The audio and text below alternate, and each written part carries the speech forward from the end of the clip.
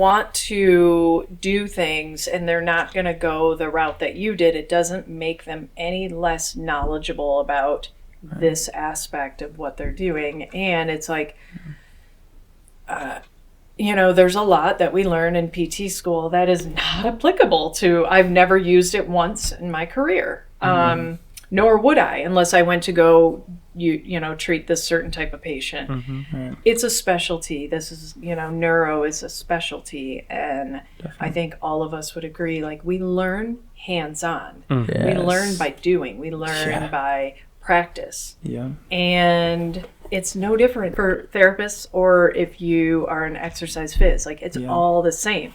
Yeah. And when you're feeling tons of bodies and you're going through tons of exercises, you learn better ways of doing it. You learn unique ways of doing it. For sure. It's just like anything else. And I think sometimes therapists get really caught up in that, like, yeah, but they don't know this or they don't know that. And it's like, when you really boil it down to like, okay, so what is, so that they don't know all the contraindications to this certain specific exercise. Well, like, maybe empower your patient or maybe talk to them about it, like go there. If you have a patient you're nervous about, then go and work with them and tell them about all those contraindications. That's, like that part of it. And I just don't think, I see also a lot of really crappy therapy. Right. That is, done by someone with big degree. And it's like, so what? And also get someone who came out of school who this is a job. They don't really care. They care about, they picked it because they were good at science. They didn't want to go to med school. Someone said, oh, physical therapy. They did it. And now this is just a job. They're just doing it. And it's not who I would want treating my family member. Definitely not. Someone's not passionate about and they have a DPT. Yeah. It's silly to me. And that part of it, I'm like, yeah, there's also doctors that are really good that I wouldn't want treating my family. Yeah. So this is just like anything else. Like, you come here and you find out what people know, and if you feel like someone doesn't know something that you need them to know, you educate them. Yeah. And there's going to be people who are good in this field and people who aren't cutting it, and it's just like anything else. So I think sometimes there's such hard lines that we draw in our heads about this. Like, from my experience, I think the way I correlate that is just formal education in general. Just because you get your degree in whether it's business, a science-based thing, that doesn't mean you're smart, and it doesn't mean you actually learned everything that degree says you learned. Yeah. I've taken a plethora of classes that I got an A, but did I learn the material? No. And school isn't school isn't always about actually learning it. No. It's are you good at taking tests? Can you make sure you get your work done? Right. And if you can do those two things, you can get the piece of paper. You can memorize answers, but how can you apply that? You can have a super good memory, not really try to learn the material and get that piece of paper that says, oh, I have this, whatever the degree is. Yeah. And so I think that's the biggest thing of like, a degree doesn't make you smart, and a doctorate or a PhD doesn't mean you're going to be a good doctor or be a good practitioner. Right. It's not a direct correlation like that. And it's so confusing to people who don't function in this world. So like, they're like, well, they're a doctor, and it's like, they're clinic is like the same as like a chiropractor is a doctor, and I know there's also physical therapists who go, but like, it's so silly to me that like people get so caught up in that, because at the end of the day, your patients don't really, like, if you have a bachelor's in physical therapy and you've been a therapist for 40 years, or you're a doctorate, and like, your patient wants to know, like, are you taking care of them the best you can? Right. So like, at the end of the day, like, it's so silly, because when I first started, people were out and had bachelor's degrees, and I had a master's degree, but it was very much programmed in us. Like, it was like, okay, they also have 20 years of experience and you are just coming out of school. So Right. like you don't know more than that. For sure. But there has been a shift in the physical therapy world with the doctorate. Yeah. For sure. Yeah. It's new. Yeah. Yeah, because it's like, well, I got a doctorate. You got a doctorate now. Look at my like, wall. And everyone's like, I'm a Dr. Landelius or whatever. It's like, oh, okay. We'll talk about confusing, like to one of these patients that's going to their doctor to ask for something. Like, I'm not that same kind of doctor. I can't write you a script for anything. I can't send you for your x-ray. So like, that's the thing too. Like when they'll ask us questions about something of that sort, we'll find an answer for you, or we'll recommend you to somebody that can give you that answer. But we're not just going to guess and play the guessing game and be like, yeah, that's for sure what it is. That's what like, it is. We're not going to fake it. That's I think like something we talk about a lot. We're not going to say we know everything. We absolutely are okay with saying I don't know. And I feel like sometimes when you have a certain level of what's supposed to be uncomfortable. expertise, like you people feel like you can't say I don't know, and it's like no, that's more of a hindrance than I think it is helping. It's like you're hurting somebody by that. Yeah. Well, that's what happens with FES. Is like therapists. None of us get a lot of this in school, and then and then it can be really sticky. Like you have a therapist who's been around for 20 some years. They're not a big fan of FES because they're not comfortable, because they are afraid of saying I don't know. And that's the hard part of this job, is like getting through to that person. Like, hey, I'm not going to think you're complete. It's like, I think you're a dumbass if you don't ask me and you don't use it because you're too afraid of. And you're missing growth at that point in time, right? Like you're missing an opportunity to learn and grow. What do I do? Oh, nice. This is a real nice setup, though. Thank you. How many podcasts have you been on? Podcasts? I've been on one other podcast. Really? It was like, I was on my computer and like, it was so long. I want to say it was like 2017. So it was like. Oh, right when you started? Yeah. Really? So you haven't done. No. You're the biggest education person on the West Coast of the United States for RTI and FES, I would say. Any type of really electrical I've never done. And not a single podcast. We're honored to have you on. Yeah, no, we are. Like, no, I'm glad to. I mean, to just have the best resource. Like, we had to take advantage of the opportunity of you being down here. Yeah.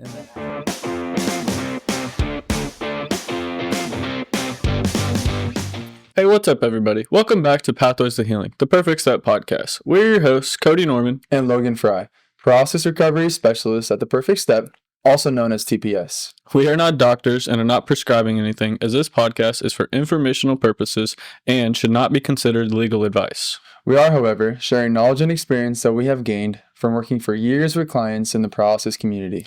The guests on this podcast include members from the paralysis community sharing their perspective and insight. Suggestions and advice that we share may affect each person differently, as not one injury or diagnosis is the same. Welcome back to today's episode of Pathways to Healing. On today's episode, we had on Kathleen Landelius. Kathleen has 20 years of experience as a physical therapist and is now currently the West Coast representative for restorative therapies.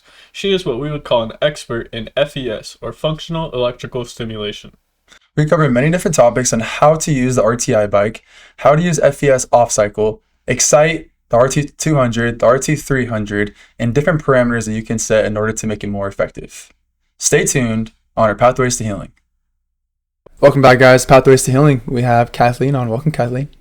Thank you. Thanks for having me. Absolutely. I'm excited to be here. Yeah, excited to have you here. We had to take advantage of the opportunity of you being down in Southern California and the West Coast. Every time you come here, it's always a full field of education and knowledge, and we appreciate you being on.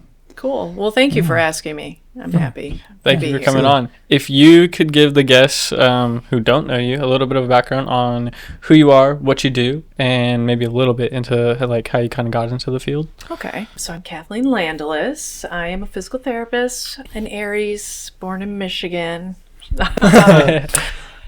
I came into this profession because I have a younger brother who had a traumatic brain injury when he was 7. I was 11 at the time. It was a significant traumatic brain injury, and he was in a coma for 6 months and, did years and years, still does therapies in his 40s. And, it gave me a different perspective on things. I always, I was a geeky kid and knew I wanted to do something, medicine, and always was like, I want to be a doctor. But no one really knows, until they're like observing these professions. Like I was like real soon, like I don't want to be a doctor. And you know, the physical therapists would come in and they would work with my brother and give my mom and I like some things to do, even if it was just passive range of motion or stretching. And I would just feel like it was the first time that, number one, someone talked to me like I mattered in the care plan. And it was the first time that I was given something to not feel so hopeless and like powerless. Like I was able to do something that I could see helped. And that kind of like started my whole, you know, like, oh, this is a cool profession. And then, you know, him being in the hospital for so long and me being the type of sister I was, like, I loved going with him and taking part in therapy. And I always think back to those like times because there were so many cool experiences I had. And even just like looking around a therapy gym and seeing all these other kids being treated. And it was like, wow, this is so cool. I just thought the therapists were so cool. And like, that was the coolest job. And, you know, they get to basically play all day and like, you know, but they're also like so knowledgeable and they're kind and they're friendly. And, you know, I think anyone who's been through any sort of big catastrophic injury learns that like your therapists almost become like your family. Like you're seeing them more than you're seeing a lot of, you know, other members of the family, more than doctors, more than anybody. And you just develop this like relationship. And so I knew I wanted to be a therapist and went to physical therapy school. When I was going, it was a master's. So I came out with my master's in '02 and did most of my career in pediatrics. So did some orthopedic stuff, but then did most of my career in peds, and then worked at Children's Hospital in Michigan for about 7 years, and then branched out. I really wanted to do my own thing and like open my own practice. That comes with its own. I'm not a business person. I am, you know, I like helping people so much, and I like taking care of people so much. I am really not good when it comes to how do I figure out how to make money off this. So I was giving away a lot of free therapy. I was, you know, treating really long hours. And then I just went back to being in neurotherapy, and I worked with adults and kids for the rest of my career before I went to an advanced course with restorative therapies in Baltimore. And it was kind of like match made in heaven. You know, I like walked in, it was a small little company. It's cool seeing like therapists and, you know, dorky computer people and, you know, engineers, everyone sitting together trying to figure out how to make something work to help a patient get better. And it had like a really good feel to it. And I also knew that, wow, this is a piece of my profession that I've avoided. I've avoided FES because I'm so intimidated. I would love to help educate other clinicians. So it kind of started with, you know, me just asking them, you know, hey, do you have any positions open? I looked on your website and they were like, hey, actually, we were thinking you might want to work for us. So I was like, oh, okay, great. Don't have to beg for a job. Sorry, I don't want to cut you off, yeah. But FES, when she says that, functional electrical stimulation. Yes. Yeah, yes. I'm sure some people are going to be like, kind of, what is that? What is that? Sorry, yeah. Sorry. Yes, continue. functional electric stim. So the rest is kind of history. I took this job as the clinical rep on the West Coast. I moved to Phoenix and have been doing this since 2017. So I cover all the West Coast. So Washington, Oregon, California, Nevada, Idaho, Arizona, Alaska, and Hawaii. What made you initially want to get into working with pediatrics, and do you still treat a good amount of pediatrics right now? I wanted to treat pediatrics because of my brother, because of experience with my brother. You know, I feel like when you come from something like that, like you're going to have a different way of approaching things and it's just a different perspective. And I did feel like it was my real, like that was my calling, was to work with kids. Like I love it. I love working with kids. It was also sometimes re-traumatizing, kind of living through all of seeing another family go through something like that. Sometimes be really hard. But I was like in my 20s, like, no, I wasn't knowing any of this stuff till way later, when I was like, wow, that job was really hard on me. Because it is hard seeing people go through things. And, I watched my mom be an advocate for my brother, still is an advocate for my brother. And seeing like what it takes to get someone rehabbed through something, and what it takes to learn the medical system, what it takes to learn the insurance system, what it takes to learn how to, all the different professions within the medical team. Like seeing my mom navigate that and being by her side, it gave me this different perspective, and I wanted to help a family so that they didn't have to maybe struggle in that same way of figuring things out. And like it was one of those experiences that, my parents would always say, like, the best thing to come out of that whole thing, my brother's brain injury, is the fact that you're a physical therapist, and you can help people.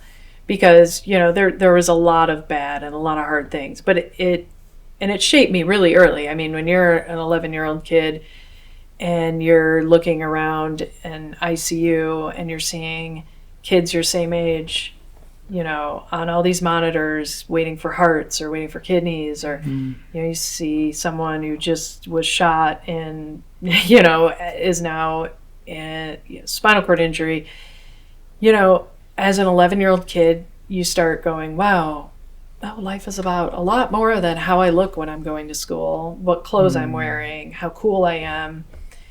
And it just gave me this, like, kind of mission of, like, I want to help people go through this, and I really want to get better and be the best physical therapist I can be, so that I can help folks in these hard times. And so that was really my drive. And I was somebody going through school who the test, like, I'm a good test taker or whatever, but like I liked the hands-on, like the practical learning. I loved that like, get in there and, like, let's just practice a million times these different techniques. And when it got into, like, all right, going into pediatrics, you get a little bit in school, but you don't get a lot. A lot of that's like on the job mentorship. And I was so thankful to get a job at Children's Hospital Michigan, where they had a good clinical ladder so we could be mentored by senior therapists, and kind of, go up. And I ended up becoming a senior therapist, and I got a lot of cool exposure there to different things that, don't necessarily help me in my career now. I did burns, I did the burn therapy thing for a while, did hemophilia. So I had all these, like, cool experiences.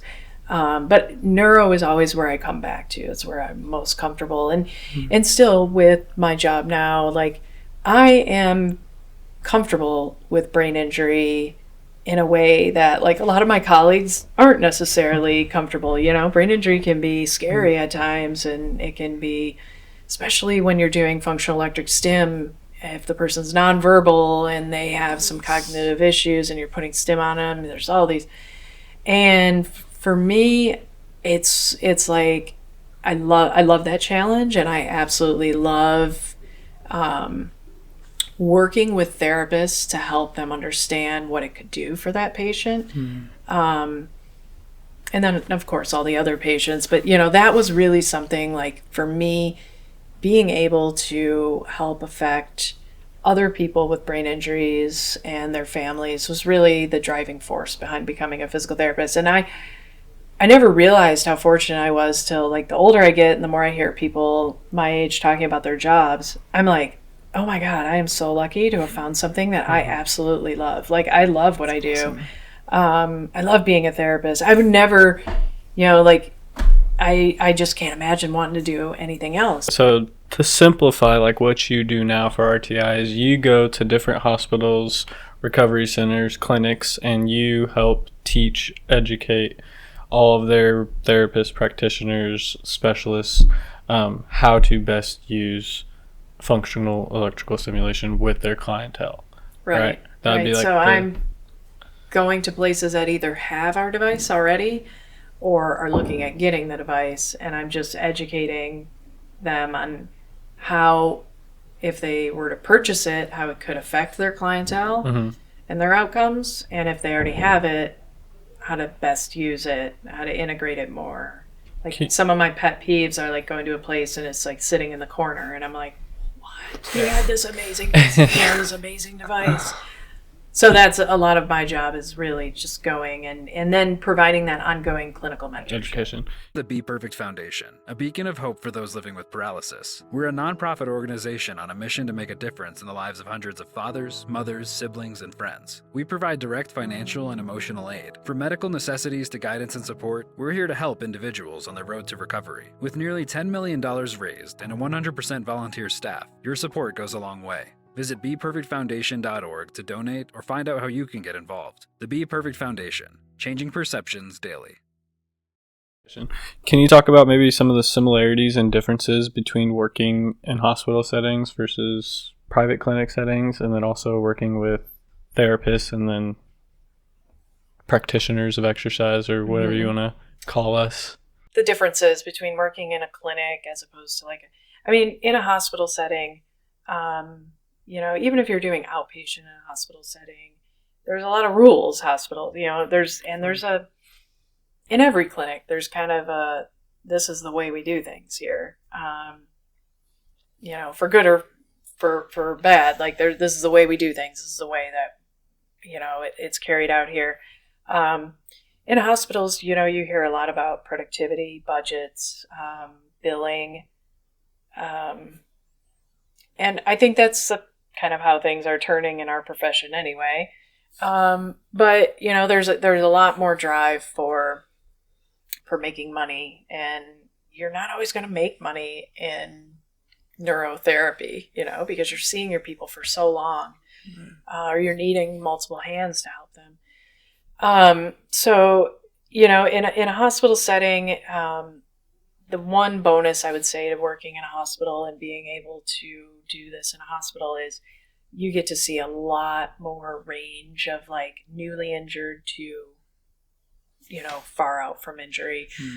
You get to see a lot more medically compromised folks and get good at using the device with someone with a lot of lines and tubes and whatever. In an outpatient, and specifically in a neuro wellness type of clinic, I kind of touched on it earlier, but you guys can be more creative, so I have to be more creative in my teaching and more comfortable with being creative and more comfortable with being outside of the box. A lot of what I'm teaching in a hospital is how to be efficient, because everything's time. I'm teaching how to document, because everything's about how does it look on paper if the insurance is going to pay for it.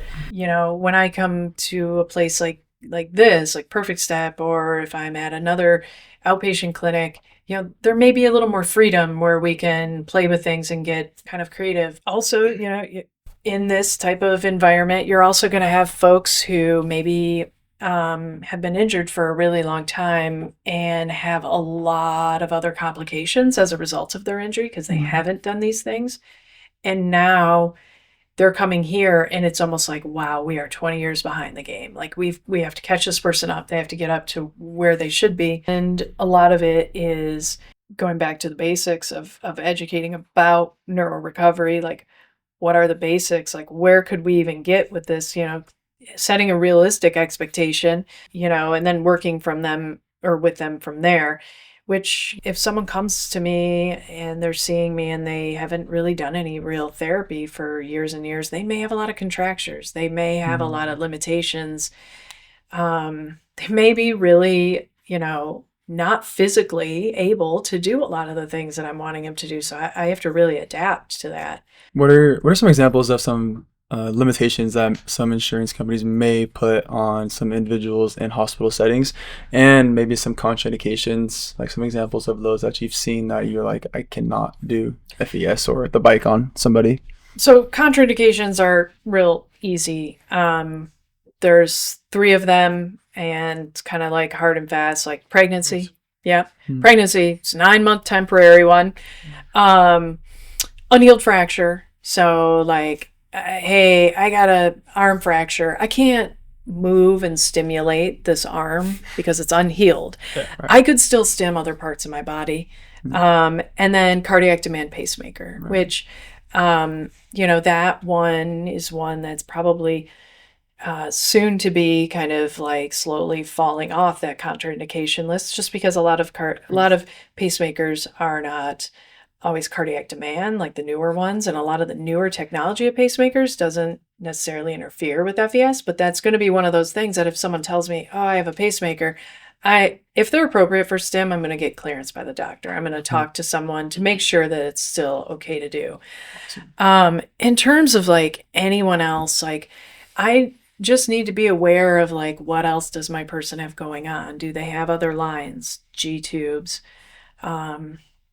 implanted devices? I don't want to stim right over one of those things because, not because it's going to disrupt their baclofen pump or burn them or electrocute them.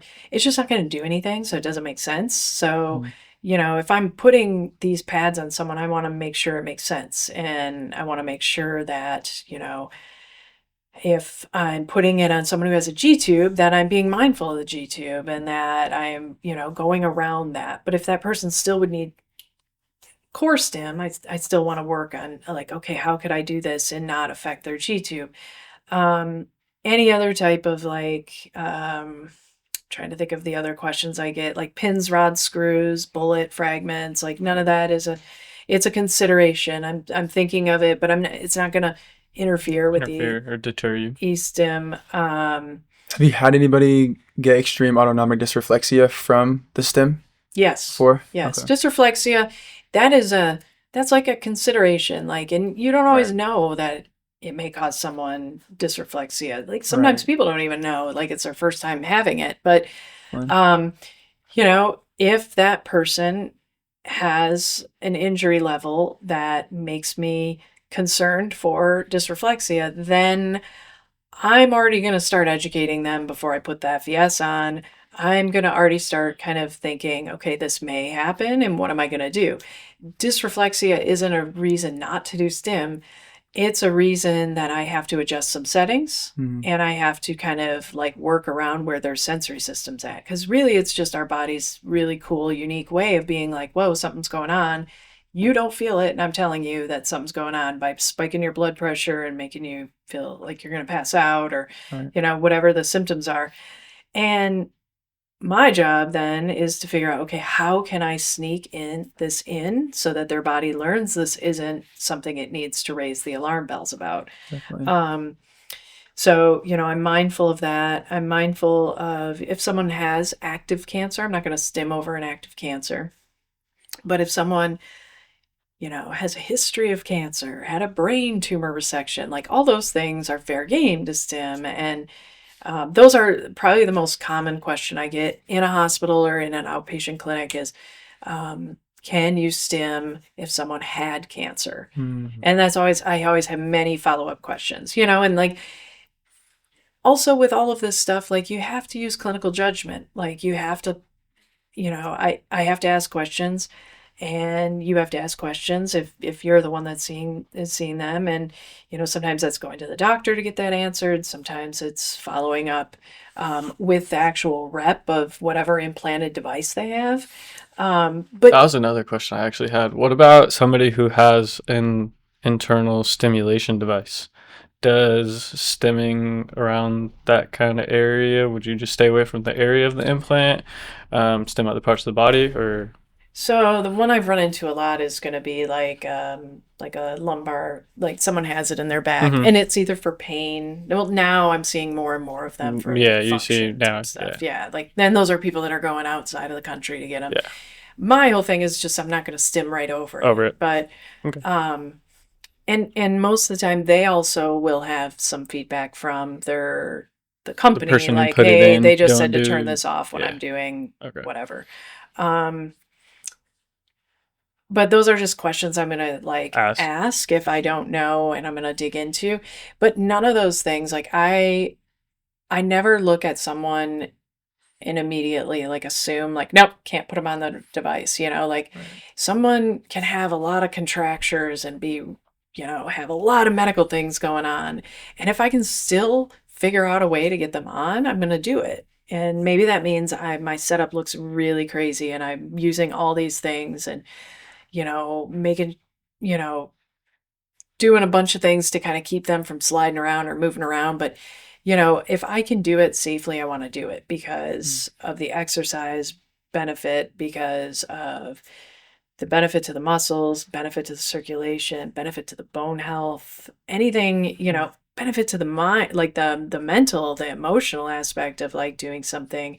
I had a patient that I saw in a while ago, and it was a pediatric patient, and she was a teenager who had a brain injury, nonverbal, very, very, very contracted. She lived kind of rural, way outside of Seattle. So she couldn't come in for therapy a lot, and she was kind of shaped like her wheelchair. Her brain injury had happened, 2 years ago, and she was an athlete.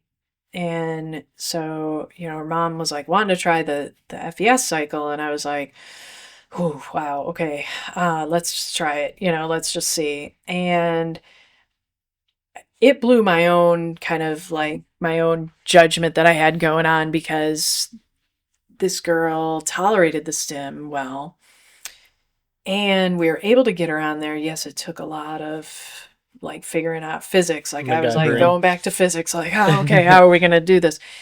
But because she was an athlete, it was almost like she kind of went into this workout mode. Mm-hmm. And her mom was like, oh my God, this is the first time I've ever seen her really paying attention to something. And she was looking at the screen and following where her little guy was. And it was really cool. And it was after we were taking her off, and the mom was helping me, and she was like, oh my God, in her legs, everything feels so much. She was like, this is so cool. And it was cool for the mom and also cool for her daughter. And it was one of those experiences where I was like, oh, I love this job. That's why I do That's why I do this. Yeah. Business owner in the retail, restaurant, hospitality, or petroleum industry. You have ambitious plans for multi-site remodels, refreshing your brand, and integrating the latest technology. But you need a partner you can trust to bring those visions to life. Enter Apex Imaging Services. With a legacy dating back to 1949, we've been at the forefront of innovation and transformation for over 7 decades. From licensed general contracting in 48 states to cutting-edge tech solutions, we've got you covered. Our services include everything from interior and exterior refreshes, open and closed remodels, and technology integrations, to 3D virtual tours, data analytics, and cloud security for Fortune 500 companies. But it's not just about what we do, it's how we do it. We're dedicated to quality, value, and efficiency. We listen to your needs, tailor solutions to your goals, and deliver results on time and on budget. So whether you're planning your next remodel, seeking to enhance your brand, or embracing the digital age, Apex Imaging Services is your partner for success. Visit apeximagingservices.com to learn more. Apex Imaging Services, your vision, our expertise. No, I think that's good, and I think FES is also the more I'm doing this, the more I'm seeing part of the biggest issue. It's all education for us, so that we can do it better for our patients. Absolutely. And there's so much that I've learned in my 7 years doing this that I'm like, God, if I can, save you or help you, make it a little easier so you're not riding the struggle bus for as long as I did. And I definitely think it's an area of our profession, regardless of whether you're therapist or kinesiologist or exercise phys, that, we don't have enough of how to sell it to the patient because it's very uncomfortable. Right. And we have ways to sell everything else we do. We're getting someone up for the first time and they're freaking out. They're scared. Yeah. I don't just say, all right, I'll do this next. All right, I'll do this next time. I don't want to freak you out. It's no, I talk them through it. I all right, so we're going to do this. We're going to do this. I give them step by step. I tell them what can happen. And with FES, it's one of those things that I've seen so many people put on the second the person freaks out, they're like, turn it off or turn it all the way down. Turn it down. Turn it off. And it's like, no, we have to educate through that, push through it, educate. Why are we doing it? What does it really feel like? And what can it do and what can it do? Yeah. And that's nothing that anyone ever learns in school. No. Yeah. And so this job, teaching, this part of this job is mostly like breaking down some of those barriers of what are these things that we come out of school thinking we know? Right. Or how have we been talked to about STEM before? Mm-hmm. And how does that set us up for failure? There's something that you taught me that I use to this day. And it's like whenever my clients are kind of starting to maybe not freak out, but are unsure about what we're going to do, I'm like, you used to always tell me it's going to be uncomfortable, but it shouldn't be painful. And that's exactly when they're like, oh yeah, it's not actually doesn't hurt. It just feels different. Uncomfortable. Yeah. It's going to be a little different. But it's not going to be painful. It shouldn't be painful. Yeah. And that's how that scale is different. It's going to be something that you've never felt before, but it's okay. Yeah. We're going to be safe. We're going to be safe. It's not ripping your muscles out. It's not burning your nerves. It's not all these things that I've heard people say, and we can laugh about them, but then when you really think about it, it's like, well, I would probably be thinking that if I felt this, because it's super uncomfortable. Yeah. Well, that definitely. I think, something I kind of use is like a selling tool, like you were saying, how do you sell it? When you have people who say, oh, I can't feel anything, then they feel something that's uncomfortable, and I'm like, well, wait a second, you just told me you can't feel anything. Yeah. So now you're feeling something. So something is better than nothing. That's so let's try to, if it is, getting to the point of pain, okay, we can adjust it. But if we're feeling something uncomfortable, let's try to hone in on what we are feeling, because we're feeling something now, and that's, different than what we had before. So that's, in a sense, that's immediate progress. And in the field of neurological recovery, you don't get immediate progress very often. So let's, try to use that a bit. Right. It's like finding the little moments to capitalize for education and for motivation. This is a really cool thing that you feel this, you take an A to B spinal cord and they don't feel anything else. And then all of a sudden they're like, this is really uncomfortable. I can feel this. Well, of course, their brain immediately goes to something must be wrong because I don't feel anything else and I feel this. So then our job is okay, it's not doing anything bad to you. It's not harming you. Yeah. It's really uncomfortable, but this is all the things it is doing for you. And once people have that knowledge, it's like, oh, okay. It's not, no, I didn't know. Right. And everyone's afraid of looking dumb and not, especially if they've done this at other places and then they come to you guys and they're like, oh yeah, no, the therapist told me, no, I've had a spinal cord injury for 20 years. I've done this, I've done that. Yeah. Sometimes people still need to be told the basics. For sure. Because they have it in their head that, but it was how maybe it was taught 20 years ago. Well, it's like, hey, we've learned a lot from there. Yeah. Let me tell you my version of it. And even with those, some of the people today, there was one family I worked with, and it was funny because the mom was like, I have never heard anyone talk about it this way. And I'm like, I know, it's just it's all I do. So I talk about it a lot. And she was like, it's really good to know. I never asked those questions, but I just kind of assumed when it was causing her discomfort that it must be hurting her, doing something bad. And I was like, oh yeah. No, that's really normal, but no, it's just that it's so uncomfortable that our bodies freak out a little until we kind of we're calm about it. Down. And I love those little aha moments. Have you noticed the correlation between people who were athletes prior to injury and them have done TENS units or that type of electrical stimulation and them having a better acceptance almost immediately with that discomfort and being okay with it?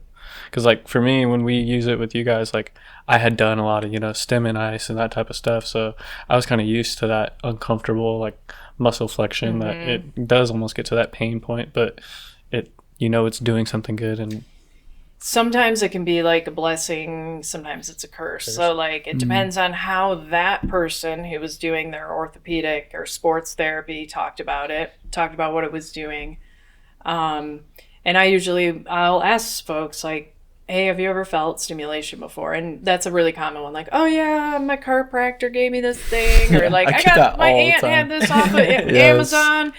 And I'll be like, oh, immediately in my head, I'm like, okay, send it. And I'll be like, okay, this is going to be different than that. Same type of stuff, but like, and then I set an expectation. What I'm looking for with this is movement. So I'm going to put it on your forearm, and I'm expecting your hand to move like this. Like that's, I'm looking for movement. So it is very, and I will just kind of be like, yes, so there's that same like weird buzzing, except a lot more. Yeah. And the important thing to know is like, I need to turn it up high enough that I'm getting that motion. Because if I'm not, it's probably not doing as much as it could be doing. Right. This is, you know, I also like to say to people, like, this is basically like, it's doing something that your brain's unable to do at the moment.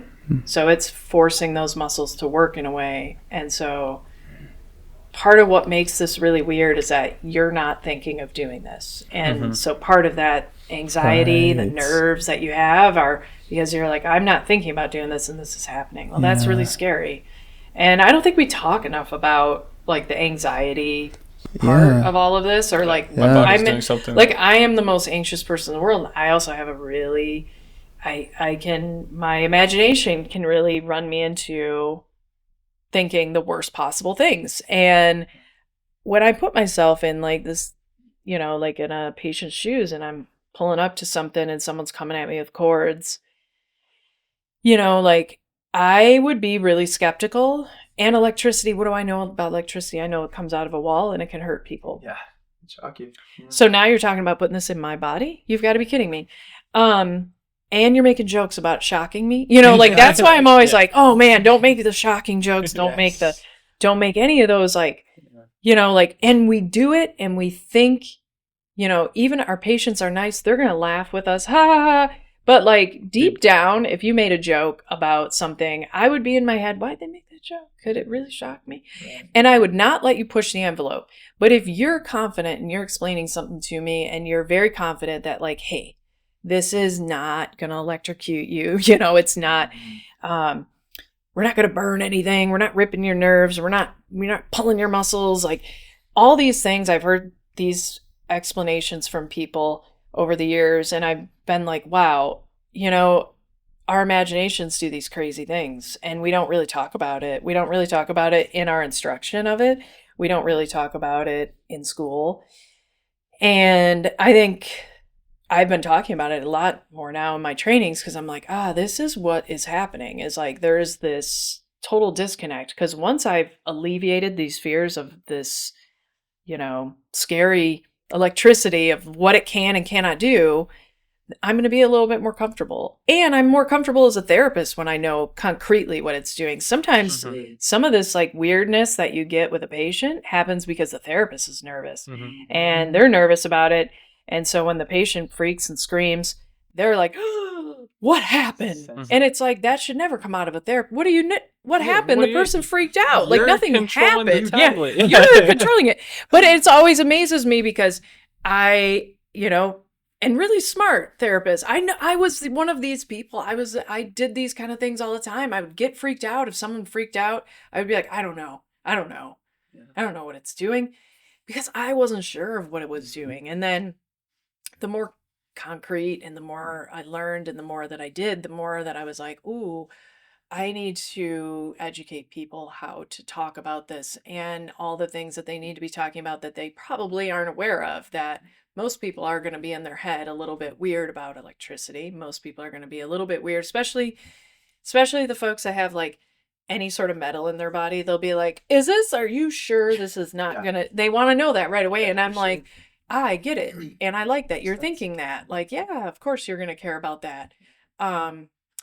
Because I would need those fears alleviated. If you were going to push the envelope with STEM for me, I would need to be very sure that this was not going to like rip my nerves out or burn my nerves. And I would have to be very sure that you knew what you were doing and you were confident.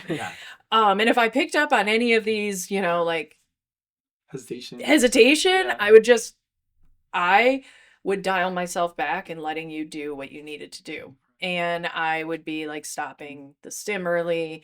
And I know that. I know how I am. I would trust you to a point, and then I would be, I'd be nice about it, but that's all I can take. Is it really all I can take? No, but it's all I trust. That would be a better way of putting it. It's all I trust because you don't seem so sure. Now I'm not sure. So I think a lot of it is getting over that. Yeah, going back to like the advanced FES training that we had across the street, I think that made all of us exude so much more confidence in what we were doing with it.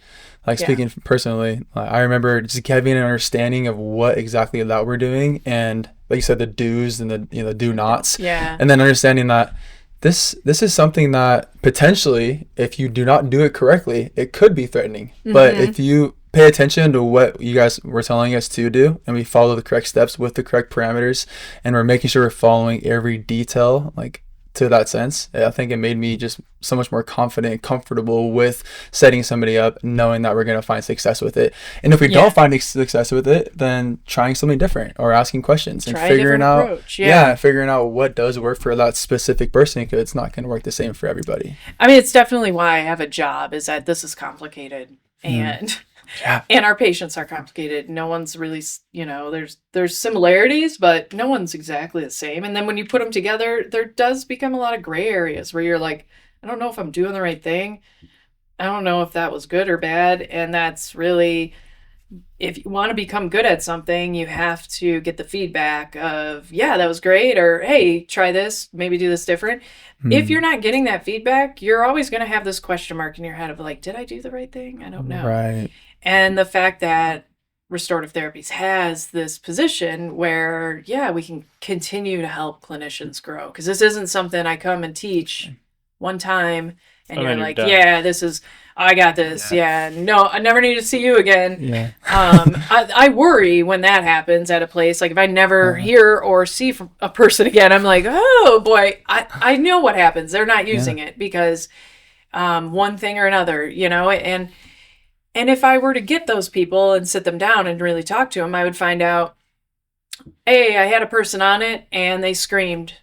Okay, well, why didn't you reach out to me and ask me like different ways that we could try it? Or I had someone on it and they said it didn't help. Or, I put someone on it, I didn't see anything. Well, if you never ask and you never are wanting to try to learn what you could have done better, you're never going to grow with that. Right. So, and a lot of technologies that you don't have that clinical person to go to and say, hey, did I use this right? I know I would get trained on technology and I'd be really gung-ho using it. And, I'm putting all my patients on, and then maybe it's a year or so after I think I'm using this thing amazing, and I put someone on it and the session is just crap. And I'm like, what is going on? What is going on? I don't have anyone. I can ask my fellow coworkers, and they may know, they may not know. They may have some tips and tricks, but at the end of the day, I'm kind of left going like head scratching, like, did I use that right? And what I go to is like, I just will not use it with this type of patient anymore because it was a total waste of time or energy or whatever.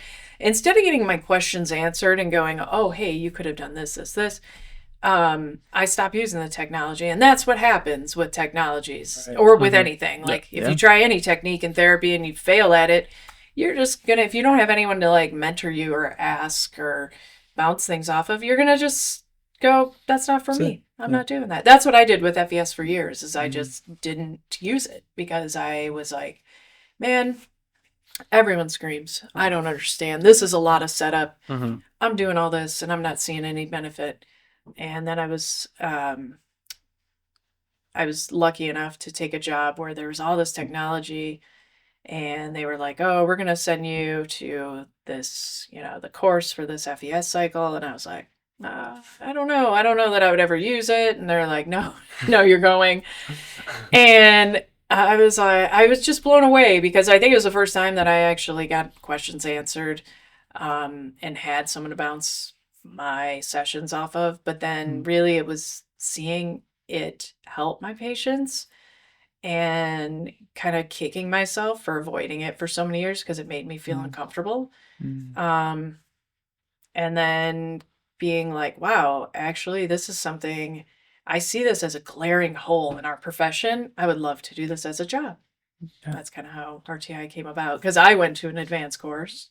Yeah. For me, I was like, you know, I want to know more. My hospital system was like, yeah, let's send you to the advanced course. And something about like being immersed in it for a couple days, like you just get really comfortable and really, and you get comfortable with the folks that you're working with, and you hear how other people have used it, and that totally changed my whole approach with FE. I left that advanced course, really excited to get back to my hospital to redo all the programs that I had set up. I wanted to call back all the patients that I felt like I had shortchanged with the devices, and I just wanted to know more. And it kind of worked out that that there was this position open for to move to the West Coast, and which is how I ended up out here taking this position. Oh, nice. And it was it was scary because it was moving out of clinical practice into something that had sales in the title, which was like, oh God, no. But what I really learned was like, oh, my job is really just helping people get more comfortable with this so that they're better at what they're doing with the folks, so that they get better outcomes. And I get to see how people do therapy in all these different places, and get to learn and see different things, and get to meet people from all over. And awesome. there is some like regional difference to how certain things are approached in regions, and that's been cool to see. So yeah, I'm very glad that I went to the advanced course. And the advanced course for me took me from being I was still our like champion user in our clinic. And after that advanced course, I was like, should I have been the champion? I don't know, because I don't really know that I knew what I was doing. But then I just kind of was locked in on like, ooh, I want to do this. Like, I want to help clinicians get better at this, because it is such a cool piece of equipment. And I wish I wouldn't have avoided it for so long, because I didn't know how, I didn't have anyone to mentor me on it. In a lot of my clinics, we didn't have technology. FES technology, but then also like as I had grown in my profession and I'd been a therapist for years and years and years, it got hard for me to say I don't know. And so I totally get it when therapists are like giving me that look of like, nah, I don't use it. I'm like, oh man, I was this person, and now I just have to figure out a way to like get through to them and help them see like, okay, just learn it a little bit, because you're going to be blown away once you see what it can do. And the fact that there's nothing that we can do for a lot of these folks, like a complete spinal cord injury, this is a way to keep their body healthy, muscles, keep them out of the hospital. And that was also like, my mind was blown. I thought, why didn't we learn this in school? Right. Why didn't we have one of these in school? Why didn't we learn how to, what to do? That was another kind of mind-blowing time for me. It was like, oh, wow. Like, this technology has been around, and I started with RTI in 2017, and it had been around since 05 or 05. So it's like all that time, and like I never used it before, and I had complete spinal cord injuries I was treating all the time, and I wasn't educating them about it, not just because we didn't have it, because I didn't know anything about it. It was just like, for me, that I'm passionate about therapy, passionate about what I do. And I was like, oh, I really, and I love restorative therapies. I love the company. I love the feel of the company. I love what we do. I love our mission. And it's a small company. And so I was like, yes, I want to take part in this. I want to help grow this. I want to help make this something that can change neuro rehab, and, be kind of breaking ground in some of those areas where therapists have been uncomfortable and not using certain technologies for a while. And I think something that you touched on a couple of times is something I think even more for me, the education component, what makes a good specialist, therapist, practitioner, doctor, whatever it is, mentors. Like you said, a lot of it is learning hands-on. You can read a book and answer a question on a test and still not really be able to understand or reciprocate the information. But when you're doing it hands-on and you're learning from somebody else who's doing it with you, or you're watching them do it, I think it's a lot easier for people to grasp onto that and learn and get comfortable and confident. And to me, that's exactly what you're doing to so many different hospitals, activity-based therapy centers, rehab centers. You're being everybody's mentor. And for me, if I have a question, the very first person, if I'm doing FES, I go to Ashton. She's, our champion of our clinic. And if she doesn't know, I'm going to reach out to you, because I know that you're going to either have an answer or you're going to get me an answer. And to have that confidence that, I can use it and I can do the fundamentals, but when I try to do a fancier setup, when I'm doing some stage stuff off cycle, or I have a unique body that I want to put on cycle and I'm not really getting the right parameters and I'm fishing and I'm not finding the right pad placement, I can go to her, and if we can't find the answer, we can go to you. That gives me so much more confidence to want to, use the device. Keep trying. Exactly. I know in this field, failure is going to be there. You're going to try things and you're going to be like, oh, I have this great idea. We're going to do this super cool exercise. It's going to be so awesome. And then you go through the whole setup and it sucks. And you're like, well, crap. Yeah. Let me, rethink. I feel stupid. Yeah. I feel like I wasted time. Exactly. I thought I knew. I don't know. Let me, I'm sorry. I didn't mean to waste your time, but thanks for, letting us try to think outside the box a little bit. I'm going to get you an answer, and we're going to try this again. And next time, we're going to be able to figure it out. And I think that gives a lot of us trainers a lot more confidence to want to do those types of things and be able to do those types of things, because we have a mentor that we know is very educated in this particular tool, is very educated in their ability to teach the different parameters about how to make this tool successful. And FES is one of those things that, I've told you my background of using it. I have done everything that is kind of crazy, moronic, anything that you would be like, wow, I've done everything stupid. I've ruined many treatment sessions. I've had people leave in tears. I've had everything that you could do that is just like, oh my God, that's the worst session ever. I've had it happen. Had it happen in practice. And, I've had people tell me, I don't ever want to get on that again. And I have made dumb changes to parameters thinking I knew what I was doing. And so I don't come at this like, I know the best, I come at it like I have done everything that, could possibly be done. I'm never judging, because I get it. Like, you're in a hurry, you're rushing through a setup, you're doing this, and, or you're remembering something from a training and you try it and it doesn't work and you feel so stupid. Or you forget a certain part of the education piece, whatever it is, like, there's nothing that I'm ever going to be like, wow, really? Because I have done it all. And part of, I think, a good therapist or a good clinician will be able to be like humble about their own like their own like things that they have done that maybe weren't ideal, or I like to say that I didn't use the devices optimally.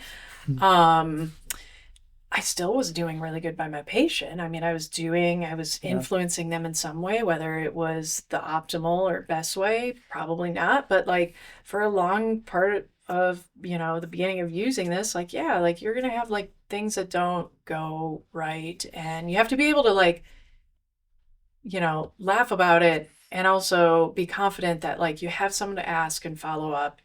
And like, this is a learning process. Like, you're not supposed to be perfect at it right out of the gate, or else I wouldn't have a job. So that's what's so like amazing about the continuing education aspect of it too. Like, we have that advanced training with you, but you've been back multiple times to teach just how to optimize that a little bit better. And even though like the first couple times we tried it with the clients, maybe it took a few more minutes to set up than we liked it to, right? Yeah. 15 minutes. But then as we continue to work on that and do that, it's like, okay, we got that set up down to 10 minutes now. Yeah. And we're getting the most out of the time that we have with the clients. And then now we're getting the better outputs and we're getting more results than we ever did before too, with this continued education over time. And I think that's what I love about it too, is that when we're asking questions, we don't really feel like, oh man, I can't ask this because I should already know this. Almost like, no, I can ask this. Or she's going to look at me a certain way. She's going to give me a look. Yeah. I mean, I still might look. Exactly, yeah. But I will still, also be like, oh, I've done this before. Mm-hmm. Yeah. You know, it being able to have that follow-up mentor and then also being open to it. Like you guys are always open to, I find that the people, the devices the best, reach out and have follow-up time with us. And, you know, whether they're texting me, emailing me, or my partner, Lisa, whether, you know, we're setting up full days here or doing half days or whatever, luncheon services, that's when I know, like, okay, these folks they want to learn how to use it and they want to grow with this and learn how to, you know, take this device to the next level with their patients.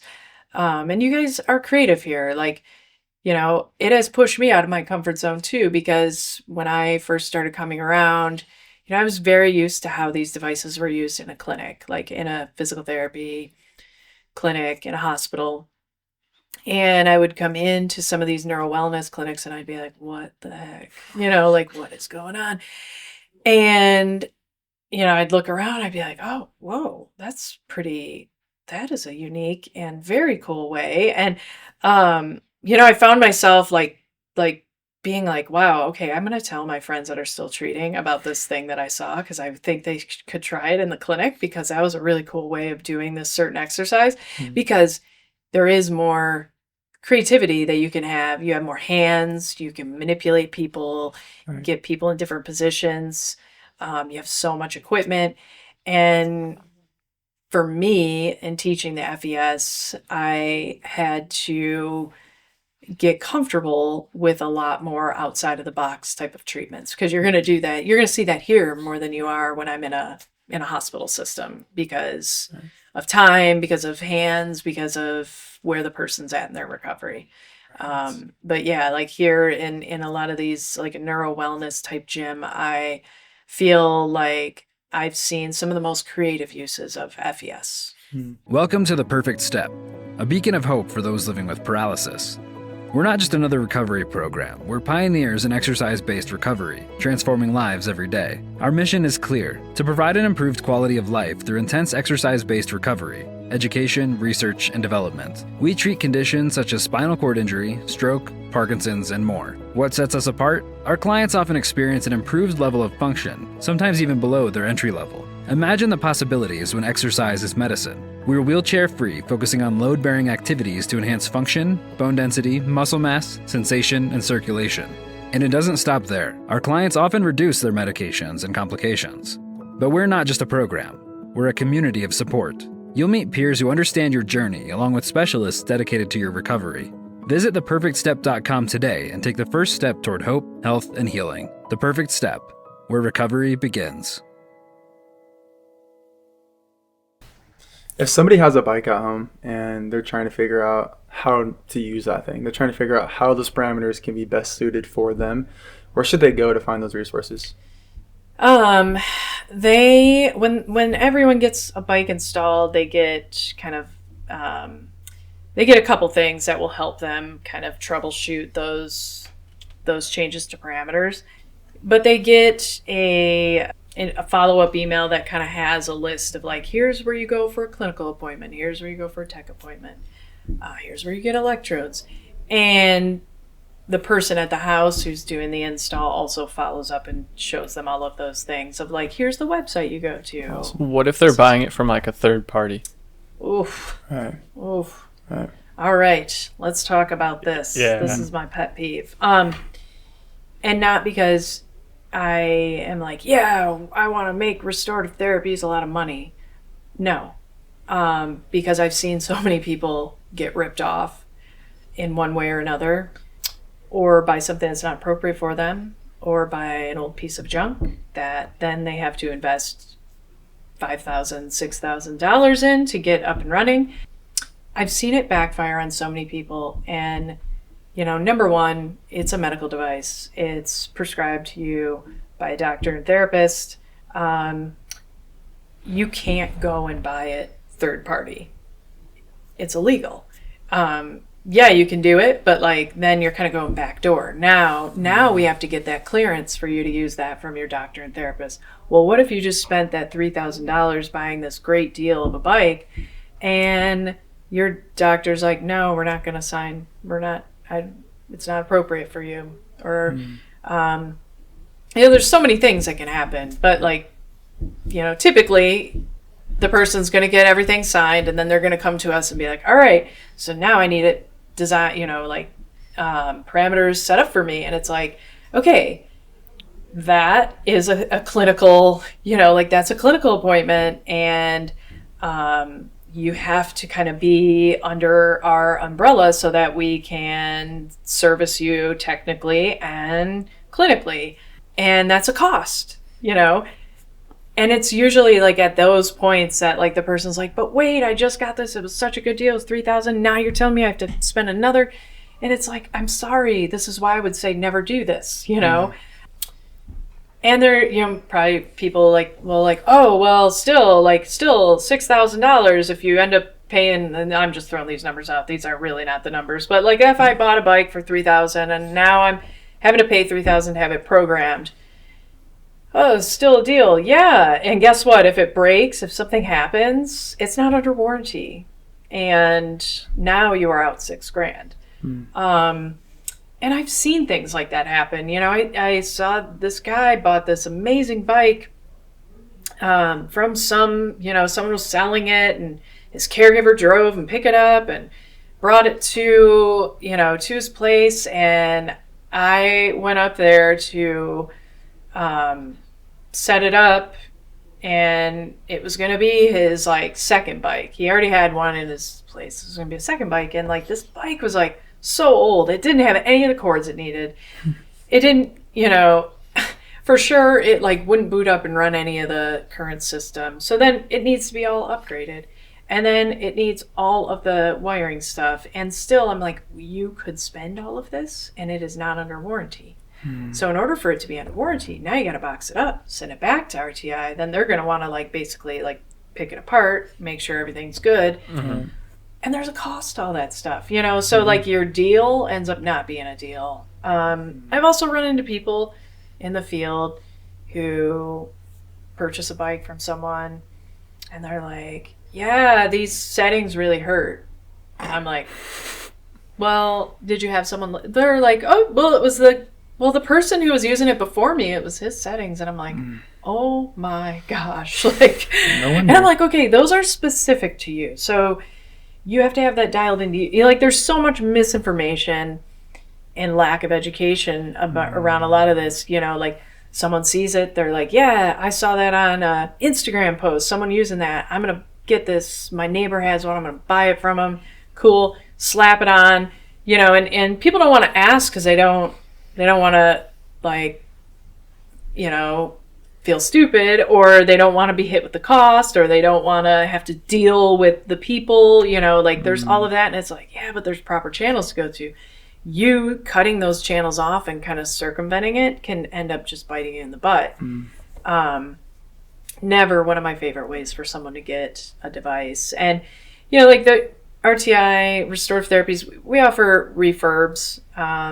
Refurbished systems come in from people who pass away, don't have a use for it anymore, whatever it is, come back from a clinic because they updated their technology, whatever it is, then that stuff, is sold at a discounted price. And restorative therapies isn't ever trying to get rich off of these folks. They're trying to basically eke out our meager existence of, we have, I don't know how many people, 60 people in our company, and cover our costs of doing business.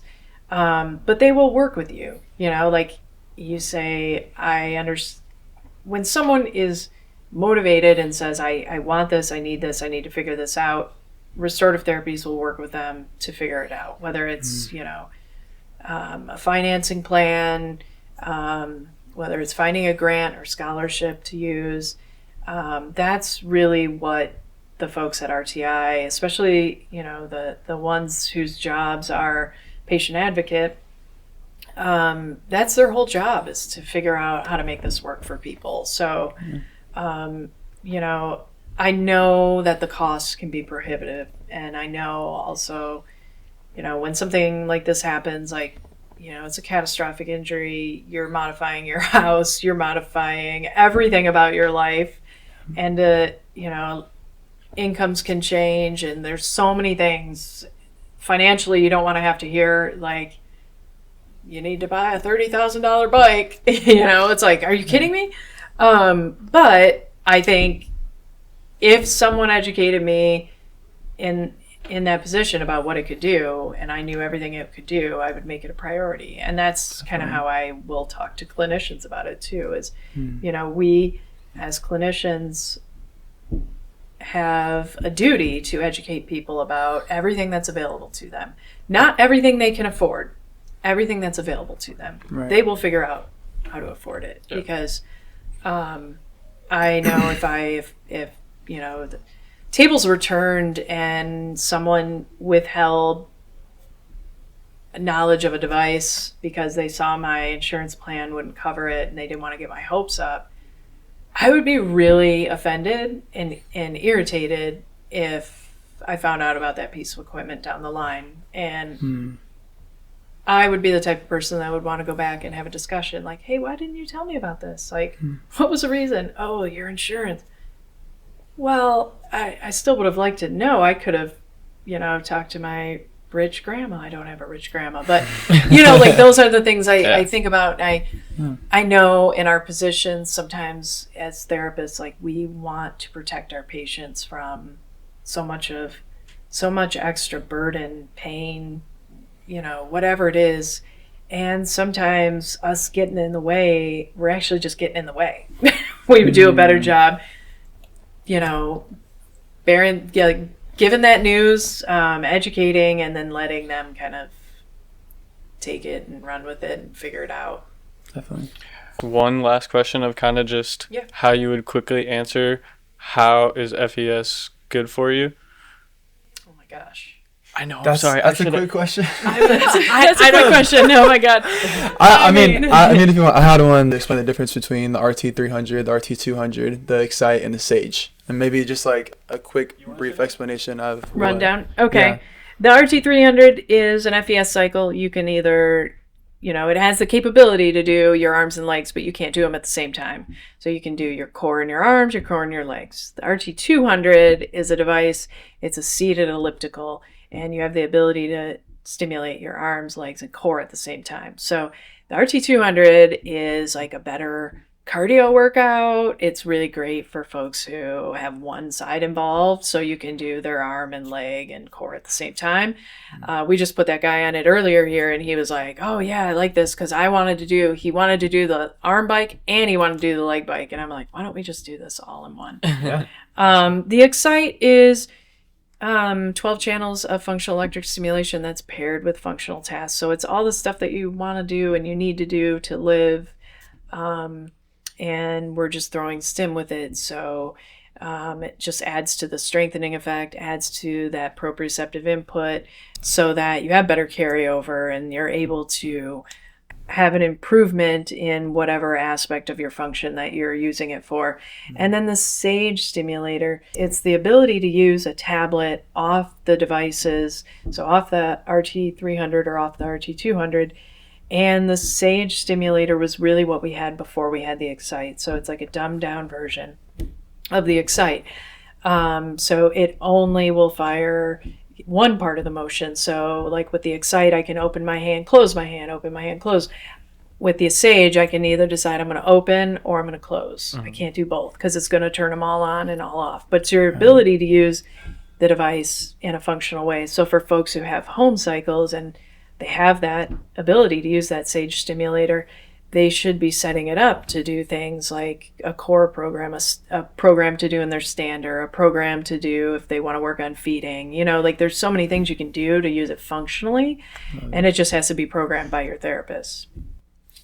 Kathleen, thank you so much for coming on. We really appreciate it. I'm overly verbose, so no, you're great. It's fantastic. I love it. We'll have to do a part 2 then. I was just going to say, next time we get you in here, we'll just have to bring you and on I can again. tell all my funniest FES stories. Yes. Yeah, we love to hear them. Yes, Thank you so much, Thank Kathleen. you. It's a pleasure to have you on. Thank you. You're awesome. Thank you.